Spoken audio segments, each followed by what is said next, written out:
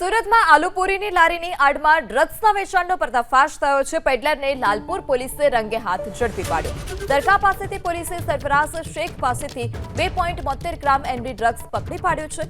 આરોપી સરફરાઝે આલુપુરીની લારીની આડમાં ડ્રગ્સના વેચાણનો ગોરખધંધો કર્યો અને તે આ ગોરખધંધો કરતો હોય તેની કબૂલાત પણ કરી। પૂછપરછમાં આરોપી સરફરાઝે ખુદ પણ એમડી ડ્રગ્સનું સેવન કરતો હોવાનો સ્વીકાર કર્યો છે। પોલીસથી બચવા આરોપી રસ્તાઓ અને ચાલતા વાહનોમાં ડ્રગ્સની ડિલિવરી કરતો।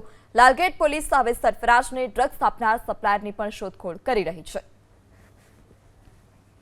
તો થરાદની ખોડા ચોકડી પાસેથી મેફેડ્રોન ડ્રગ્સ ઝડપાયો છે। વાહન ચેકિંગ દરમિયાન પોલીસે 27 ગ્રામ મેફેડ્રોન મોર્ફિન ડ્રગ્સ સાથે 2 આરોપીને ઝડપી પાડ્યા। પોલીસે 6,45,000થી વધુનો મુદ્દામાલ જપ્ત કરી લીલા માજીરાણા અને રાજુ માજીરાણા નામના 2 શખ્સની અટકાયત કરી એનડીપીએસ એક્ટ હેઠળ ગુનો દાખલ કર્યો। તો આ તરફ પાલનપુરના ચિત્રાસની નજીક એમડી ડ્રગ્સ સાથે 4 આરોપીને સ્ટેટ મોનિટરિંગ સેલની ટીમે ઝડપી પાડ્યા છે।